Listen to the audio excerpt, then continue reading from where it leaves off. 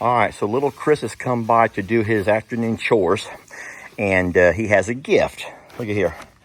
Little Chris. In care, little Chris. Does that bother you being called Little Chris or referred to as Little Chris? I am a Little Chris. You're Little Chris.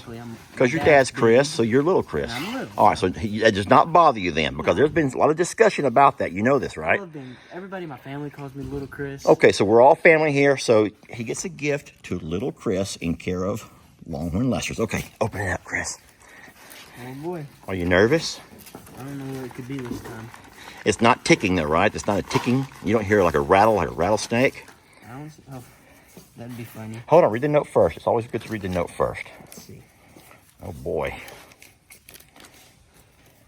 Warning, sharp object, Little Chris. Every young man should have a knife in his pocket or on his belt when working on a farm, just in case.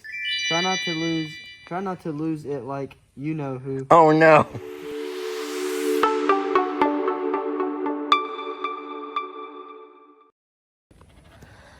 We have to feed Ernie something different than we feed the other alpaca. This is just a extra high in fat and plenty of iron with proteins. What this is, I'll tell y'all, it's just a senior horse food. Now listen, this is very expensive, and we would never, well, I don't say never, but we let's just say we do not feed this to our baby. Carl, would you mind? I'm working with making me a video here, sir. It's not about you. But Ernie needs a little bit of extra. And so I'll tell you something kind of funny, but it just kind of ties into how they try to trick you with inflation and whatnot. But so at the feed store, everyone knows that most bags of feed, I say most, it used to be all bags of feed, have a general weight of 50 pounds, right? So you go to get a bag of feed, it's 50 pounds. So what they have done with this particular kind of feed, it's really funny. It looks, the bag looks the exact same as every other bag. But if you look at the bag carefully, it says 40 pounds. So whereas most bags of feed are always 50 pounds, we all know that. This particular feed, oh, what's wrong, sweetie? Am I blocking you from eating? I'm sorry. This particular feed, because it is, I'm guessing, more expensive, and people wouldn't buy it, I don't guess. Now, we were told to by the vets at A&M, since a lot of feed stores in our area do not have an alpaca formula. They don't. You have to feed your alpaca, you know, kind of what we do our birds. You make your own mixture of things they need in their diet. But what they told us was give him a senior horse feed, a dry feed, but the senior kind for older horses. And it has all the things that he's going to need while he heals. And so that's why you see them eating in different buckets over here. Now, of course, we also put some feed in their feed cart. They're inside the loafing shed. But I wanted to sit here and watch him eat to make sure he's getting plenty. Oh my God.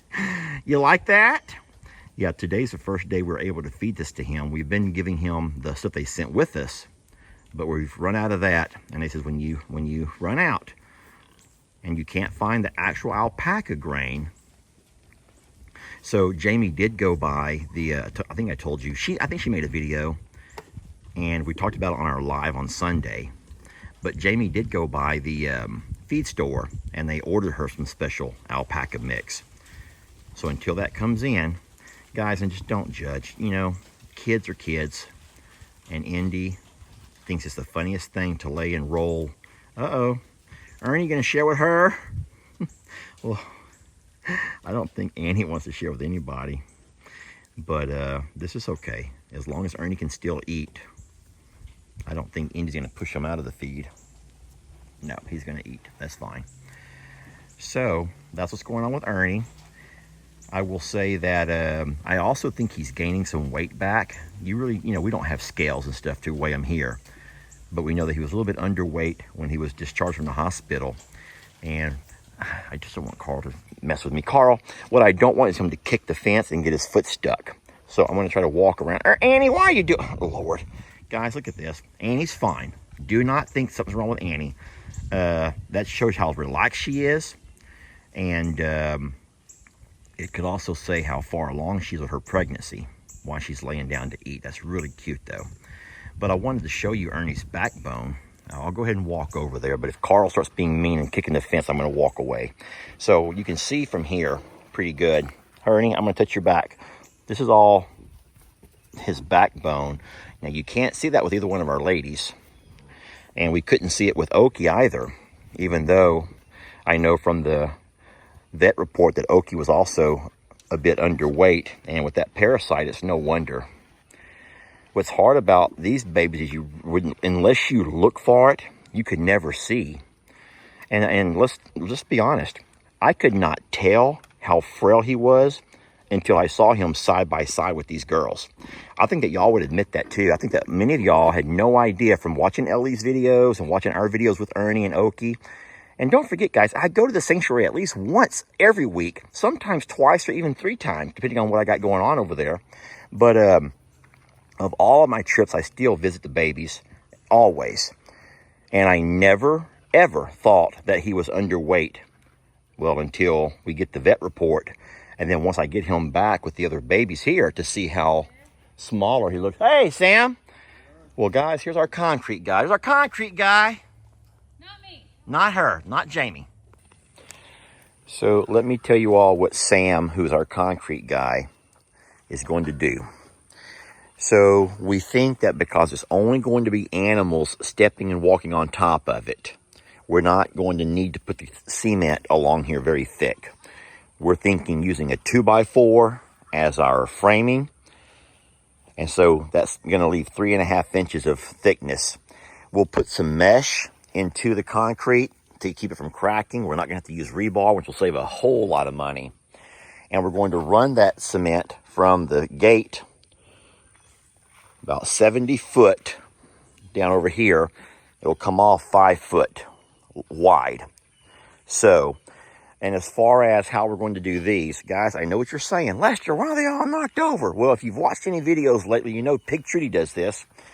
Pig Trudy, you already know. So what we're going to do is, instead of putting these into the concrete like I had talked about, Sam suggested instead putting PVC pipe into the concrete the way a plumber would do when they're going to frame out a home foundation. And you put those PVC pipe in the right place, and these here will sit right down inside the PVC pipe. So these things can be lifted out, and then new ones can put back in if they ever get bad or mess up. You can always replace them. And so you'll have that concrete pad through here with those 4 PVC pipe holes lined up to the legs of your feed troughs. And we have 3 of those feed troughs. We can come out and blow off the concrete as we need to push everything off. It'll keep all this area clean, bug, parasite free, you know what I mean. And there's one other amazing thing about it.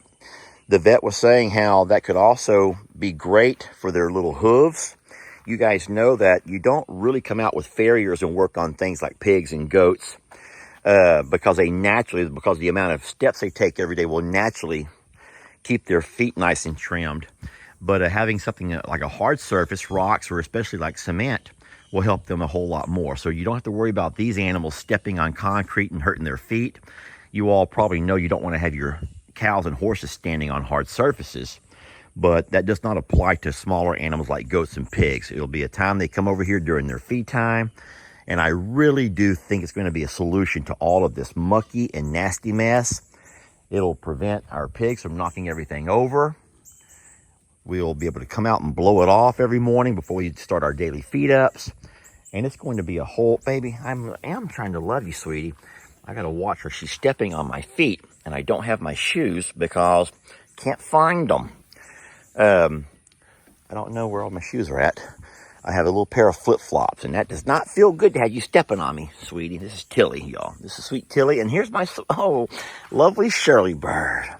So the day that Sam comes out to start doing all the framing and the concrete, he'll do it all in the same day. I'll have to move all the babies off the pasture. I'll put them off the back gate, close the gate.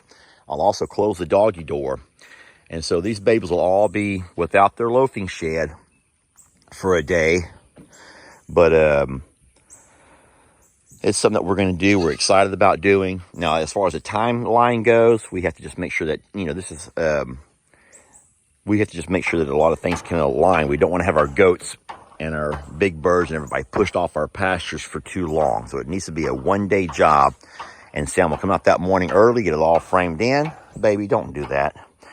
And then we'll have the concrete truck show up that same day with a couple of guys that Sam will have over to help spread it all out and do their work. And so, friends, I know what you're thinking. You probably sit here right now and say, that looks sloppy. It's a sloppy mess, Lester. Well, it is sloppy. It's been raining, and that rain does not help a whole lot. And then, secondly, you can see Pig Trudy comes by, and she just likes to tear all my stuff up. That's just something that she likes to do. And so I will reorganize and straighten it all up, and then we'll start over again. You know, From Miss Chris. From Miss Chris. Okay, so from Miss Chris. Now listen, Miss Chris has to know you still go to school, and you cannot take that to school with you. Or can you? Rule. As long as it's not bigger than my palm. So you can take a pocket knife to school as long as it's not smaller than my palm. That's with the blade open? With the blade open. So that's like a fingernail file there. The blade itself can't be longer than my palm. Gotcha. Okay, So gotcha. it can have a big handle. It just can't be bigger than my Oh palm. Lord. Okay, let's check it out. Because You need a box cutter? See, this is why we need a knife. Yeah. We need a knife to open the knife. That's very kind of you, Miss Chris. Oh, wow. Wow. Look at that. Do not leave it laying around here, Chris, because you know who will take off with it. Look at her. You know who will be gone with that thing. I thought we were talking about you. Oh, me? You don't think that was me she was referring to, surely. Oh, so that actually is like a box cutter type. Like a razor blade. So here. Oh, my here's the razor goodness blade, gracious. Well, now, is that legal for your school, though? Because I can't picture that being legal. I can put it in my toolbox. No, don't get in trouble, though. Well, don't risk getting in if trouble. they try and say anything on it, I mean, I work for a living. Well, you just take this with you and say, hey, I work for a living. See, this is from Miss Chris. Miss Chris got me covered. Thank you, Miss Chris. That's pretty awesome. Please don't hurt yourself with that. Try not to. I have a bad habit with knives. All right, what do you say to Miss Chris? Thank you very much, Miss Chris. I've actually worn the headbands at cross country too. Did you really? The headbands you got, you've been wearing those for your cross country. Cross country. Say that 3 times fast. Cross country, cross country. Yeah, that's not easy, is it? Okay. No, here's something else I want you to do. Okay, this will be fun. I want you to, hold on. I want you to hum. And when I say now, I want you to pinch your nose. So let me hear you hum first. Just hum. Okay, now I want you to hum. Everybody do it with us. Everybody at home, I want you all to hum. And when I say now, pinch your nose. Keep humming, but pinch your nose. You ready? Hum, pinch. Makes me feel funny. It makes you feel funny. Jamie, I want you to hum. Let me hear you hum. All right, beautiful. When I say now, pinch your nose. Start humming. What's wrong? Hum. Pinch your nose while you're humming. What happened? Why don't you stop? You need air. Keep humming. And pinch your nose and keep humming. Hum. It doesn't happen. It needs vibration in the air. Everybody at home can do this. Everybody at home, right now. Hum. And then just pinch your nose and try to continue to hum. How fun is that?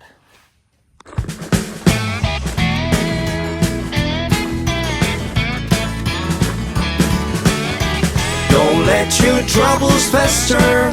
Come watch Longhorn Lester. Yeah, something like that.